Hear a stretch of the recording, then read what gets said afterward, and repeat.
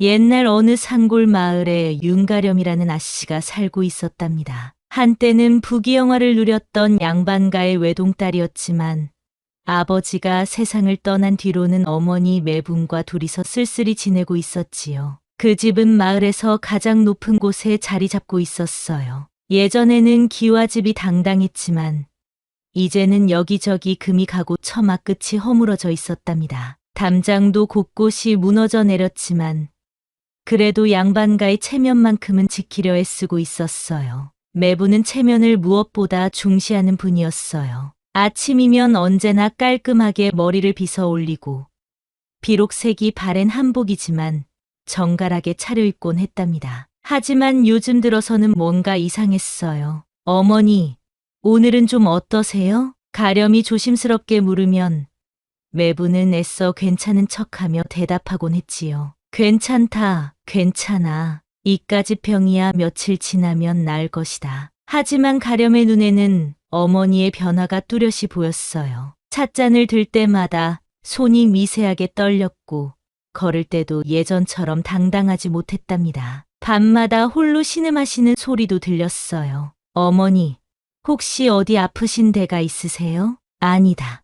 그냥 나이가 들어서 그런 것 같구나. 매부는 여전히 자신의 병을 숨기려 했어요. 양반가의 채통상 아프다는 소리를 하기가 싫었거든요. 집안에는 서결이라는 하인이 있었어요. 20살 정도의 건장한 청년이었는데 사람들은 모두 그를 돌쇠라고 불렀답니다. 어려서부터 가렴의 곁을 지켜온 그였지만 매부는 한 번도 그의 이름을 제대로 불러본 적이 없었어요. 돌쇠야, 물 좀 떠와라. 돌쇠야, 마당을 쓸어라. 돌쇠야, 장작을 패어라. 언제나 돌쇠였고 그저 하인일 뿐이었답니다. 하지만 서결은 불평 한마디 없이 시키는 일을 해냈어요. 그에게는 특별한 재주가 있었거든요. 산에서 나는 약초를 구분하는 능력이었어요. 서결아, 이 풀은 뭐에 쓰는 거야? 어릴 적 가렴이 물으면 서결은 진지하게 대답했어요. 이건 배탈 날 때 먹으면 좋아요. 이 잎사귀는 상처에 붙이면 금세 나아요. 가렴은 신기해하며 서결의 말을 들었답니다. 어떻게 그런 걸 다 아는지 궁금했어요. 서결은 과묵한 성격이었어요. 말보다는 행동으로 자신의 마음을 표현하는 사람이었지요. 가렴이 슬퍼하면 조용히 곁에 앉아 있어 주었고 기뻐하면 함께 미소 지었답니다. 어릴 적부터 가렴을 지켜보며 자란 그였기에 아씨가 어떤 상황에서 무엇을 필요로 하는지 말하지 않아도 알 수 있었어요. 그런 서결에게도 잊을 수 없는 과거가 있었어요. 그의 어머니는 궁에서 일하던 상궁 출신이었답니다. 아버지는 도망노비였고요. 서결이 12살 되던 해 어머니가 병들어 누워 계셨어요. 결아, 이리 와라. 어머니는 야윈 손으로 서결을 불렀어요. 네, 어머니. 우리가 비록 미천한 신분이지만 마음만은 누구보다 당당해야 한다. 사람은 자기가 어디서 왔는지보다 누구를 어떻게 지키는지가 중요하단다. 어머니, 내가 어떤 신분으로 태어났든 진심으로 누군가를 위할 수 있다면 그것으로 충분하다. 그것이 진짜 귀한 것이야. 어머니는 그 말을 마지막으로 세상을 떠났어요. 서결은 그 말씀을 가슴 깊이 새기고 살아왔답니다. 여름이 지나고 가을 바람이 불기 시작할 무렵 매분의 증상은 더욱 뚜렷해졌어요. 손에 든 물건을 자주 떨어뜨리게 되었고 걸을 때도 비틀거렸답니다. 어머니, 정말 괜찮으세요? 괜찮다고 했잖느냐. 매분은 화를 내며 방으로 들어가 버렸어요. 하지만 가렴은 더 이상 그냥 둘 수가 없었답니다. 찬바람이 불기 시작하자 매분의 병은 더욱 심해졌어요. 손발의 떨림이 몸 전체로 번져나갔고 때로는 말조차 제대로 하지 못할 지경이 되었답니다. 가렴은 걱정이 되어 마을의 의원을 찾아갔어요. 선생님, 저희 어머니가 자꾸 손발을 떨어요. 무슨 병인지 알 수 있을까요? 의원은 나이 든 분으로 수십 년간 마을 사람들을 치료해온 경험이 많았어요. 그분을 직접 봐야 정확히 알 수 있소. 집에 모시고 계시나? 네, 하지만 어머니께서 밖에 나오시려 하지 않으세요. 그럼 제가 직접 가보겠소. 의원은 약상자를 들고 윤가를 찾아갔어요. 매부는 처음에는 진찰을 거부했지만 가렴의 간청에 못 이겨 허락했답니다. 의원은 매분의 맥을 짚어보고 손발의 떨림을 자세히 살펴본 뒤 심각한 표정으로 말했어요. 이건 풍병이요. 그것도 상당히 깊이 진행된 상태요. 풍병이라고요? 가렴의 얼굴이 하얗게 질렸어요. 바람이 몸 안으로 들어가서 생기는 병이요. 시간이 지날수록 더 심해질 것이요. 그럼 고칠 수 있나요? 의원은 잠시 망설이다가 대답했어요. 일반적인 약으로는 어려울 것 같소. 화심초라는 약초가 있긴 한데 그것 아니면 이 병을 고칠 방법이 없을 것이오. 화심초요? 그게 문제요. 깊은 산속 절벽에서만 자라고 독성이 강해서 함부로 만질 수도 없는 것이오. 게다가 밤에만 채취할 수 있다고 하오. 의원의 말에 가렴은 절망스러워졌어요. 그럼 정말 방법이 없는 건가요? 화심초를 구할 수만 있다면. 하지만 위험하기 때문에 아무나 할 수 있는 일이 아니오. 의원이 돌아간 뒤 가렴은 하루 종일 멍하니 앉아 있었어요. 어머니의 병이 그렇게 심각한 줄 몰랐거든요. 아씨, 무슨 일이세요? 서결이 조심스럽게 물어보았어요. 서결아, 어머니가 많이 아프셔. 가렴은 의원이 한 말을 서결에게 들려주었어요. 서결은 진지하게 듣고 있었답니다. 화심초라는 약초를 구해야 한다는데 너무 위험한 곳에 있대. 아씨, 그 약초가 어떻게 생겼는지 아세요? 붉은 꽃이 피고 심장 모양이라고 했어. 서결은 고개를 끄덕였어요. 그도 그 약초에 대해 들어본 적이 있었거든요. 혹시 북쪽 큰 산 절벽에 있는 건 아닐까요? 모르겠어. 의원님도 정확한 위치는 모르신다고 하셨어. 그날 밤부터 가렴은 화심초를 찾아 나서기 시작했어요. 등불 하나 들고 험한 산길을 헤맸지만 화심초는 쉽게 찾을 수 없었답니다. 첫날 밤에는 마을 뒷산을 샅샅이 뒤졌어요. 하지만 그곳에는 평범한 풀들만 자라고 있었답니다. 아무것도 없네. 가렴은 실망하며 집으로 돌아왔어요.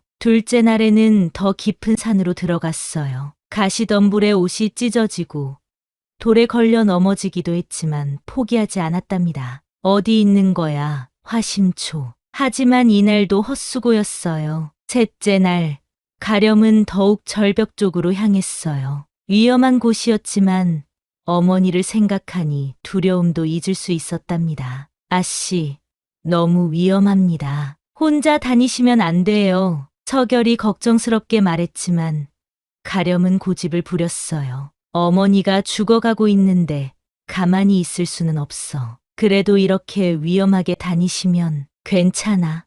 나도 산길은 잘 알거든. 하지만 가렴의 말과는 달리 밤의 산길은 너무나 위험했어요. 며칠 밤을 연달아 헤매다 돌아온 가렴은 상처투성이가 되어 있었답니다. 손도 발도 가시에 찔려 피가 나고 얼굴도 나뭇가지에 긁혀 있었어요. 옷도 여기저기 찢어져 있었답니다. 아씨, 이러시면 안 돼요. 서결은 가렴의 상처를 보고 마음이 아팠어요. 더 이상 지켜볼 수가 없었답니다. 제발 그만두세요. 이렇게 하시면 아씨까지 다쳐요. 안 돼. 화심초를 찾을 때까지는 포기할 수 없어. 가렴의 의지는 굳었어요. 어머니를 살리기 위해서라면 무엇이든 할 각오였거든요. 아씨, 제가 나가보겠습니다. 서결이 조심스럽게 말했어요. 안 돼. 너는 더 위험해. 저는 어려서부터 산을 다녔습니다. 밤길도 잘 알고 약초도 구분할 줄 알아요. 그래도 안 돼. 혹시라도 너에게 무슨 일이 생기면. 가렴의 목소리에는 걱정이 가득했어요. 서결에게 위험한 일을 시킬 수는 없었거든요. 아씨, 저는 괜찮습니다. 오히려 아씨가 계속 이러시는 게 더 위험해요. 서결은 간절하게 말했어요. 가렴이 이렇게 다치는 것을 보고 있을 수가 없었거든요. 가렴이 아무리 말려도 서결의 마음은 굳어져 있었어요. 그날 밤 서결은 혼자서 깊은 산으로 향했답니다. 달빛도 없는 캄캄한 밤이었지만 서결은 횃불 하나만 들고 산길을 올라갔어요. 평소에 다니던 길과는 완전히 다른 험한 길이었답니다. 꼭 찾아야 해. 아씨를 위해서. 서결은 중얼거리며 발걸음을 재촉했어요. 가시덤불을 헤치고 절벽을 기어 올라가며 온몸이 상처투성이가 되어도 계속 찾아 헤맸답니다. 늑대 울음소리가 들려와도 무서워하지 않았어요. 발이 미끄러져 굴러떨어져도 다시 일어났답니다. 오직 화심초를 찾겠다는 마음뿐이었어요. 한밤중이 지나도록 찾아 헤맸지만 화심초는 보이지 않았어요. 서결은 점점 더 깊은 산속으로 들어갔답니다. 분명 어딘가에 있을 텐데. 그러다가 문득 기억이 났어요. 어린 시절 어머니가 들려준 이야기 말이에요. 결아, 화심초는 사람의 마음과 같단다. 가장 위험한 곳에서 가장 아름답게 피어난다고 하지. 그럼 어디에 있어요? 절벽 끝. 바람이 가장 세게 부는 곳에 있다고 해. 서결은 그 말을 떠올리며 더욱 높은 절벽으로 향했어요. 바람이 몹시 세게 불어서 몸이 흔들릴 정도였답니다. 새벽녘이 되어서야 마침내 화심초를 발견했어요. 절벽 끝 가장 위험한 곳에서 붉은 꽃이 피어 있었답니다. 정말로 불타는 심장처럼 생긴 신비로운 약초였어요. 드디어 찾았다. 서결은 기뻐했지만 동시에 긴장했어요. 화심초는 독성이 강해서 함부로 만질 수 없다고 했거든요. 서결은 조심스럽게 약초를 캐내기 시작했어요. 손에 천을 감고 최대한 조심하면서 말이에요. 그런데 그 순간이었어요. 바람에 몸이 흔들리면서 손이 화심초에 직접 닿고 말았답니다. 독성에 노출된 서결의 손이 즉시 붓기 시작했어요. 아야! 서결은 아픔을 참으며 화심초를 완전히 캐내었어요. 하지만 독성 때문에 어지러움이 몰려왔답니다. 이런, 안 돼. 서결은 중심을 잡으려 했지만 어지러움을 참지 못해 절벽에서 굴러떨어지고 말았어요. 나무와 바위에 부딪히며 굴러내려간 서결의 몸은 상처투성이가 되었답니다. 하지만 화심초만은 꼭 쥐고 있었어요. 아무리 아파도 아무리 피가 나도 그것만은 놓지 않았답니다. 이걸로 마마님을 살릴 수 있어. 서결은 온몸이 아팠지만 화심초를 생각하니 힘이 났어요. 피투성이가 된 채로도 약초를 품에 안고 집으로 향했답니다. 해가 뜰 무렵 서결은 겨우 집에 도착했어요. 가렴은 밤새 서결을 기다리고 있었답니다. 서결아, 이게 어떻게 된 일이야? 가렴은 서결의 모습을 보고 깜짝 놀랐어요. 온몸이 피범벅이고 옷도 찢어져 있었거든요. 아씨, 화심초를 구해왔습니다. 서결은 떨리는 손으로 화심초를 내밀었어요. 손가락은 독성 때문에 퉁퉁 부어 있었고 얼굴도 상처로 가득했답니다. 이 사람아, 왜 이렇게까지? 가렴은 눈물을 글썽이며 화심초를 받아들였어요. 서결이 얼마나 위험한 일을 했는지 한눈에 알 수 있었거든요. 아씨가 걱정하시는 걸 보고 있을 수가 없었어요. 서결은 그렇게 말하며 안도의 미소를 지었답니다. 정말 고마워. 하지만 너무 무리했어. 가렴은 서결의 상처를 보며 마음이 아팠어요. 자신 때문에 서결이 이렇게 다쳤다는 생각에 미안했답니다. 괜찮습니다. 이 정도는 아무것도 아니에요. 서결은 아픈 것도 참으며 가렴을 안심시키려 했어요. 가렴은 급히 화심초를 깨끗이 씻고 다려서 어머니께 드리려 했어요. 하지만 매부는 그 약을 보더니 이상한 표정을 지었답니다. 이걸 누가 구해온 것이냐? 돌쇠가 구해왔습니다. 가렴이 대답하자 매분의 얼굴이 굳어졌어요. 그런 하인의 손을 거친 약을 어찌 먹을 수 있겠느냐? 어머니, 이 약 말고는 다른 방법이 없어요. 서결이가 목숨을 걸고 구해온 거라고요. 아니다. 하인이 만든 약을 먹느니 차라리 죽는 것이 낫다. 매분의 단호한 거절에 가렴은 당황했어요. 서결이 목숨을 걸고 구해온 약을 체면 때문에 거부하다니. 어머니, 제발 드세요. 이거 아니면 정말 위험해요. 안 된다고 했잖느냐. 양반가의 채통이라는 게 있다. 매부는 화를 내며 약을 밀어냈어요. 가렴은 울먹이며 다시 의원을 찾아갔답니다. 선생님, 어머니가 약을 드시려고 하지 않으세요. 왜 그러시는지요? 하인이 구해온 약이라서요. 체면에 어긋난다고 하세요. 의원은 매분의 상태를 다시 살펴본 뒤 고개를 저었어요. 참 어려운 상황이군요. 이분은 몸의 병보다 마음의 병이 더 깊은 것 같소. 그럼 어떻게 해야 하나요? 이제는 약이 아니라 누가 건넸느냐가 중요한 것 같소. 마음의 문을 열지 않으면 아무리 좋은 약도 소용없을 것이오. 마음의 문이요? 체면과 신분에 얽매여 있는 한 치료가 어려울 것 같소. 의원의 말에 가렴은 더욱 답답해졌어요. 그럼 정말 방법이 없는 건가요? 글쎄요. 다른 사람이 가져온 약이라고 생각하게 만들 수 있다면 모르겠지만 집으로 돌아온 가렴은 밤새 고민했답니다. 어떻게 하면 어머니가 약을 드실 수 있을까? 서결이 목숨을 걸고 구해온 약을 그냥 버릴 수는 없었거든요. 그러다가 문득 한 가지 생각이 떠올랐어요. 만약 선비가 가져온 약이라면 어머니가 드실까? 가렴은 방지라는 여종을 불러서 상의했답니다. 방지야, 나를 좀 도와줄 수 있겠니? 무슨 일인지 말씀해 보세요. 아씨, 방지는 가렴과 함께 자란 동갑내기였어요. 가렴의 마음을 누구보다 잘 이해하는 사람이었답니다. 가렴은 자신의 계획을 털어놓았어요. 서결을 선비로 꾸며서 어머니를 속이겠다는 것이었답니다. 그건 너무 위험한 일이에요. 아씨, 들키면 어떻게 하려고요? 다른 방법이 없어. 이렇게라도 해야 어머니를 살릴 수 있어. 하지만 돌쇠를 선비로 만드는 게 가능할까요? 서결이는 똑똑해. 평소에도 말을 조리 있게 하잖아. 가렴의 간청에 방지는 한참을 망설였어요. 정말 다른 방법이 없나요? 없어. 어머니는 절대 마음을 바꾸지 않으실 거야. 결국 방지도 가렴의 간청에 못 이겨 도움을 주기로 했답니다. 알겠어요. 그럼 어떻게 할까요? 이튿날 가렴과 방지는 서결을 불러서 계획을 설명했어요. 서결아, 부탁이 있어. 무슨 부탁이든 말씀하세요. 아씨, 내가 선비 행세를 해주면 안 될까? 서결은 깜짝 놀랐어요. 저를 선비로요?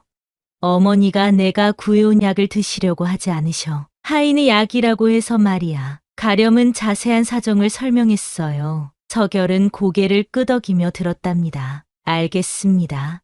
해보겠어요.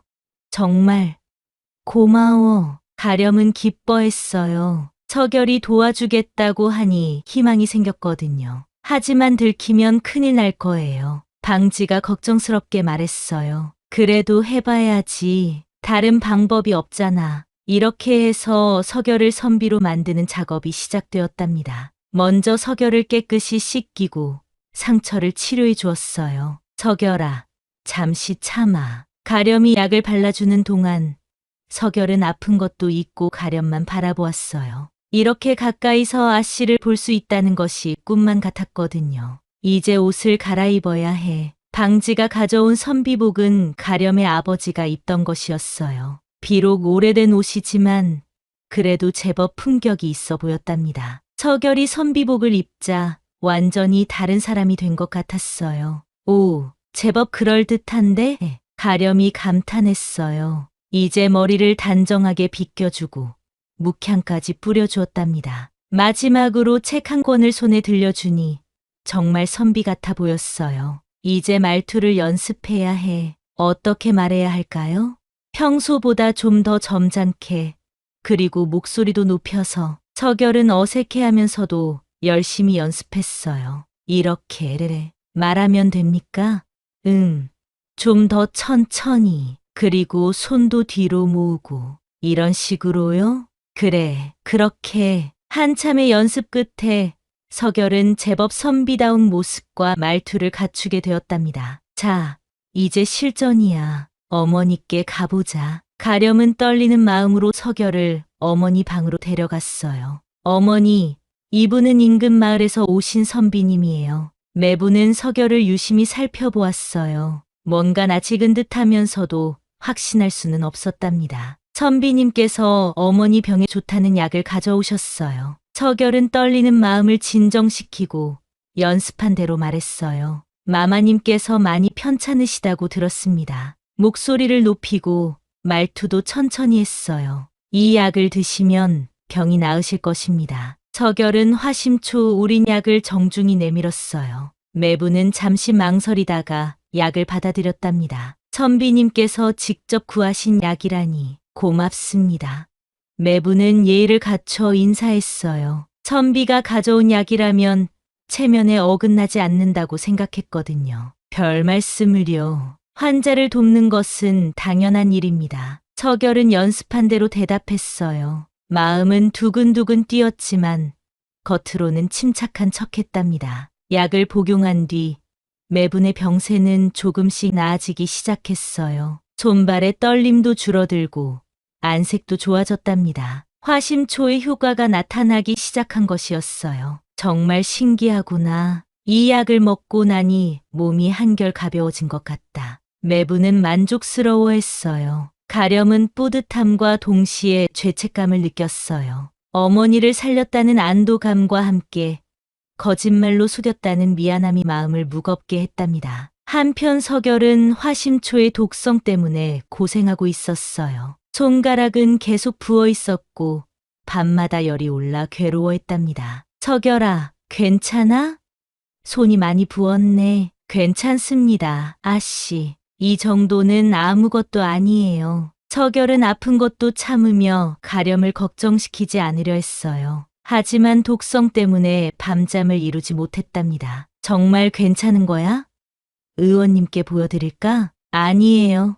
시간이 지나면 나아질 거예요. 서결은 계속 괜찮다고 했지만 가렴은 걱정이 되었어요. 며칠 뒤 마을에서는 신기한 이야기가 돌기 시작했답니다. 윤가에 선비가 다녀갔다더라. 그 선비가 가져온 약으로 마마님 병이 나았다고 하던데 참 신기한 일이야. 어디서 온 선비일까? 젊은 선비더라. 인품도 좋아 보이고 마을 사람들은 서결을 선비로 알고 있었어요. 누구도 그가 돌쇠라는 것을 의심하지 않았답니다. 하지만 천숙이라는 규수만은 달랐어요. 천숙은 평소에도 눈썰미가 좋기로 유명했거든요. 그런데 그 선비, 뭔가 이상하지 않아? 천숙은 자세히 관찰해본 결과를 친구들에게 말했어요. 걸음걸이가 돌쇠랑 똑같더라. 에이, 설마. 어떻게 돌쇠가 선비야? 나도 처음엔 그랬는데 자세히 보니까 정말 비슷해. 천숙은 더욱 의심스러워했어요. 목소리도 비슷하고 손짓도. 혹시 정말? 천숙은 확인해보고 싶었어요. 며칠 후 일부러 매분을 찾아가서 이런 말을 흘렸답니다. 마마님, 그 선비가 참 특이하더라고요. 어떻게 특이하다는 거냐? 하인 돌쇠와 눈매가 똑 닮았거든요. 매분은 천숙의 말을 듣고 놀랐어요. 돌쇠와? 네.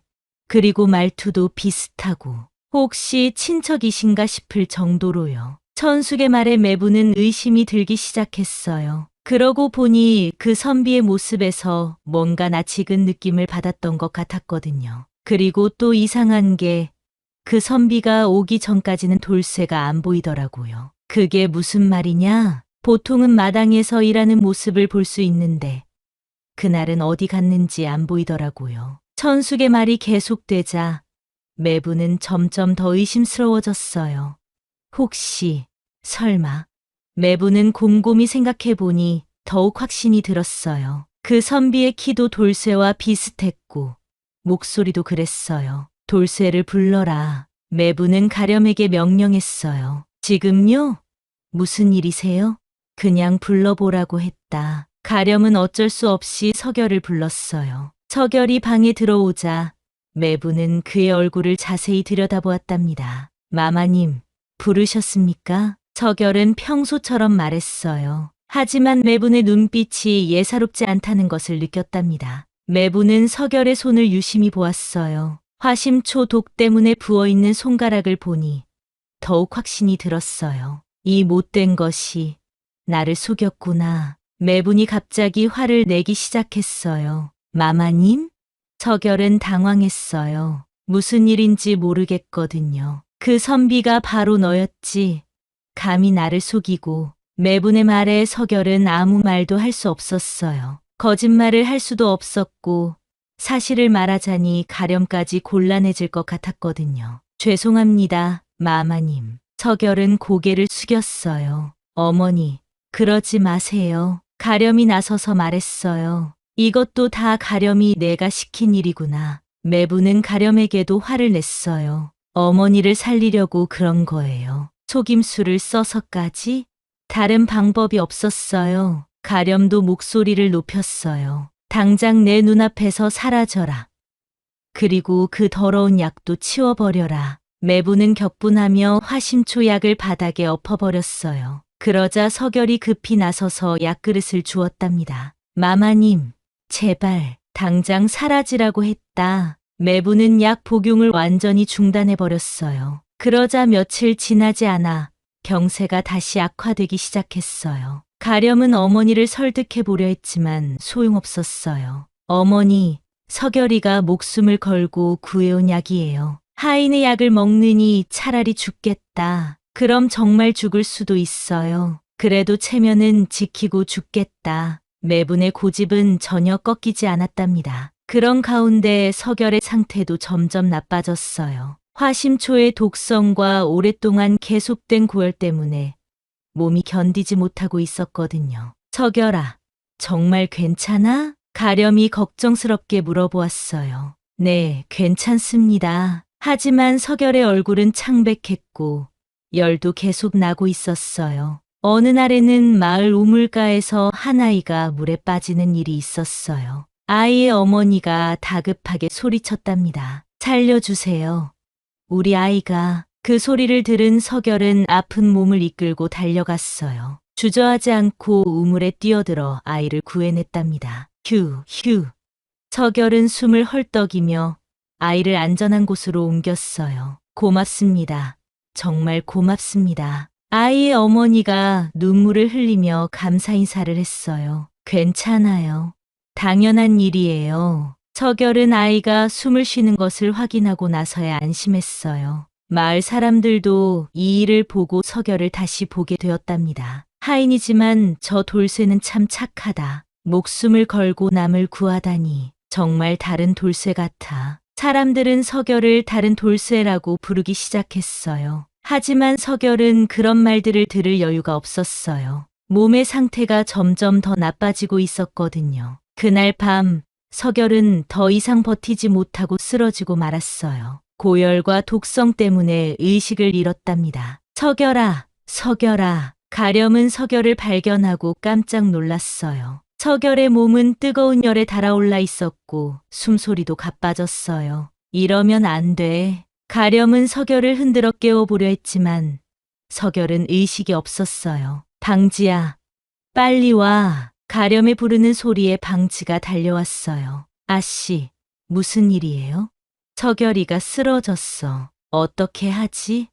방지도 서결의 상태를 보고 놀랐어요. 의원님께 모셔가야겠어요. 하지만 이 시간에 그래도 가야 해요. 이대로 두면 정말 위험해요. 가렴은 망설이지 않고 서결을 등에 업었답니다. 아씨, 제가 업겠어요. 아니야, 내가 할게. 가렴은 서결을 업고 의원이 있는 곳까지 달려갔어요. 한밤중이었지만 서결을 살리는 것이 더 중요했거든요. 힘내, 서결아. 내가 너를 살릴게. 가렴은 중얼거리며 발걸음을 재촉했어요. 양반과 아씨가 하인을 업고 가는 모습을 본 마을 사람들은 수군거렸답니다. 저게 무슨 꼴이야? 아씨가 하인을 업었다더라. 채통도 없이 양반가에서 저런 일이 있나? 하지만 가렴은 사람들의 시선 따위는 신경 쓰지 않았어요. 지금은 서결을 살리는 것이 가장 중요했거든요. 의원의 집에 도착한 가렴은 문을 두드렸어요.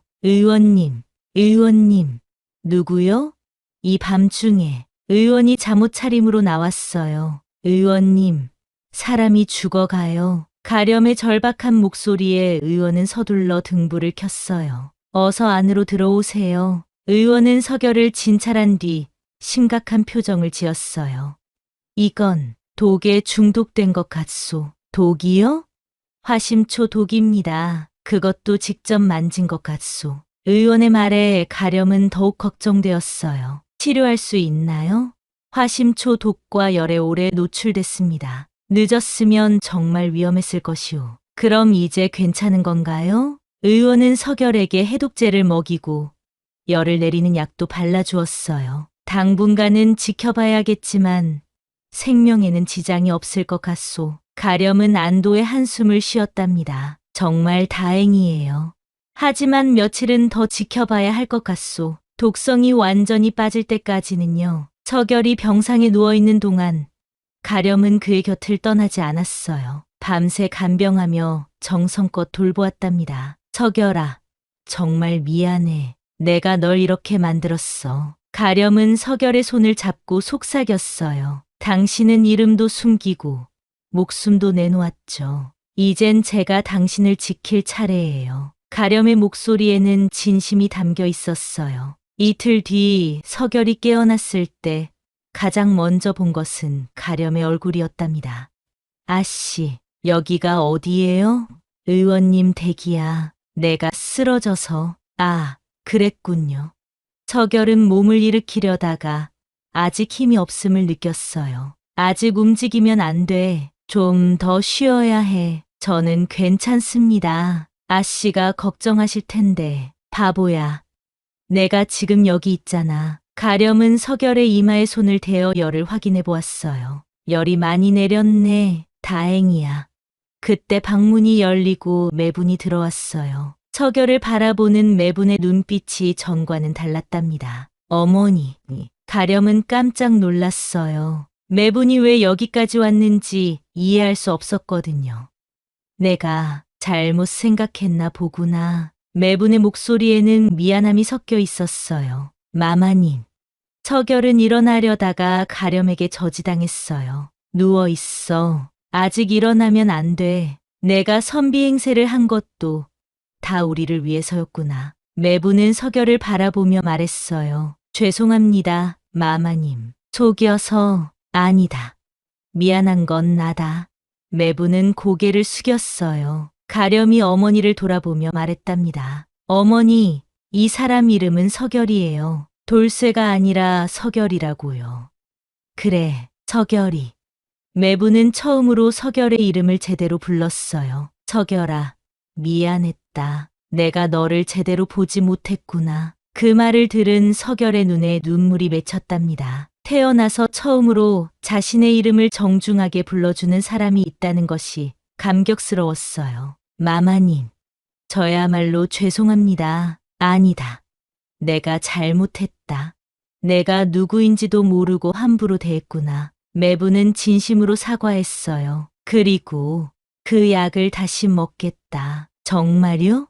가렴이 놀라며 물어보았어요. 누가 만든 약인지가 중요한 게 아니었구나. 얼마나 정성이 들어갔는지가 중요한 거였어. 매분은 그제야 깨달았어요. 내가 목숨을 걸고 구해준 약이니 고마운 마음으로 먹겠다. 매분은 그제야 화심초 우린 약을 다시 복용하기 시작했어요. 이번에는 누가 가져온 약인지가 아니라 얼마나 진심이 담긴 약인지를 생각하며 마셨답니다. 서결도 점차 회복되어 갔어요. 가렴의 정성스러운 간병과 매분의 따뜻한 말 한마디가 그에게는 어떤 약보다도 효과가 있었거든요. 일주일이 지나자 서결은 완전히 회복되었어요. 손의 부기도 가라앉고 열도 완전히 내렸답니다. 이제 정말 괜찮아진 것 같네. 의원도 만족스러워했어요. 감사합니다, 의원님. 가렴은 깊이 고개를 숙였어요. 별 말씀을요. 서로 돕는 게 당연한 일이죠. 집으로 돌아온 후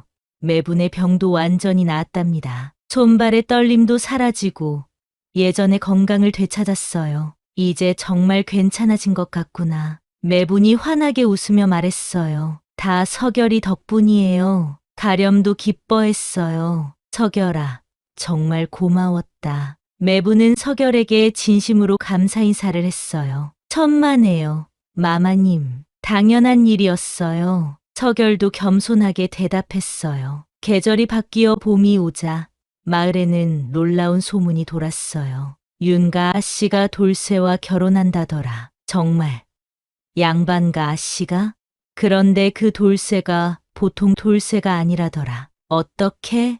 목숨을 걸고 약초를 구해왔다잖아. 그리고 물에 빠진 아이도 구하고. 사람들은 서결과 가렴의 사랑 이야기에 감동했어요. 가렴과 서결은 결혼을 하게 되었답니다. 비록 신분은 달랐지만 진정한 사랑 앞에서는 그런 것들이 중요하지 않았어요. 매분도 이제는 서결을 진정한 가족으로 여기고 있었어요. 서결아, 우리 딸을 부탁한다. 네, 마마님. 평생 소중히 모시겠습니다. 결혼식은 소박했지만 따뜻했어요. 마을 사람들도 모두 축하해 주었답니다. 몇 해가 지난 뒤 세 사람은 산기슭에 작은 집을 지어 살고 있었답니다. 서결은 약초밭을 가꾸며 마을 사람들의 병을 고쳐주는 일을 했어요. 가렴과 서결 사이에는 아이들도 생겼어요. 아들 하나, 딸 하나였답니다. 아버지, 그때 그 선비는 누구였어요? 어느 날 딸아이가 궁금해하며 물어보았어요. 서결은 빙그레 웃으며 대답했답니다. 그건 그날만큼은 돌쇠였기 때문이지. 무슨 뜻이에요? 돌쇠도 선비도 모두 이름일 뿐이야. 중요한 건 마음이란다. 가렴은 서결과 함께 매화가 피는 언덕을 바라보며 속삭였어요. 그날 난 어머니를 살리려고 널 속였지만 결국 날 살린 건 너였어. 저도 마찬가지예요. 아씨, 이제는 아씨가 아니라 당신의 아내잖아. 그래도 제겐 영원히 아씨예요. 두 사람은 서로를 바라보며 행복한 미소를 지었답니다. 어느 날 마을의 한 아이가 또 궁금한 것이 있어서 물어보았어요. 아저씨, 그때 그 선비는 왜 집신을 신었어요? 아이는 예전에 들은 이야기를 기억하고 있었어요. 서결은 아이를 무릎에 앉히고 말했답니다. 그건 말이야. 진짜 선비는 무엇을 신느냐가 중요한 게 아니라 마음이 어떠냐가 중요하기 때문이란다. 그럼 아저씨는 선비예요? 글쎄, 그건 내가 판단해 보렴. 서결은 웃으며 대답했어요. 매부는 손자, 소녀와 함께 행복한 노년을 보냈어요. 가끔 옛날 일을 떠올리며 후회하기도 했지만 이제는 모든 것이 좋은 추억이 되었답니다. 할머니, 그때 정말 아팠어요? 손녀가 물어보면 매부는 웃으며 대답했어요. 몸도 아팠지만 마음이 더 아팠단다. 좋은 사람을 알아보지 못해서 말이야. 지금은 어때요? 지금은 세상에서 가장 행복한 할머니란다. 이렇게 서결과 가렴, 그리고 매부는 행복하게 살았답니다. 그리고 이 이야기는 지금도 그 마을에서 사람들의 입에서 입으로 전해지고 있다고 해요. 진정한 사랑이 무엇인지, 진짜 귀한 것이 무엇인지를 알려주는 아름다운 이야기로 말이에요.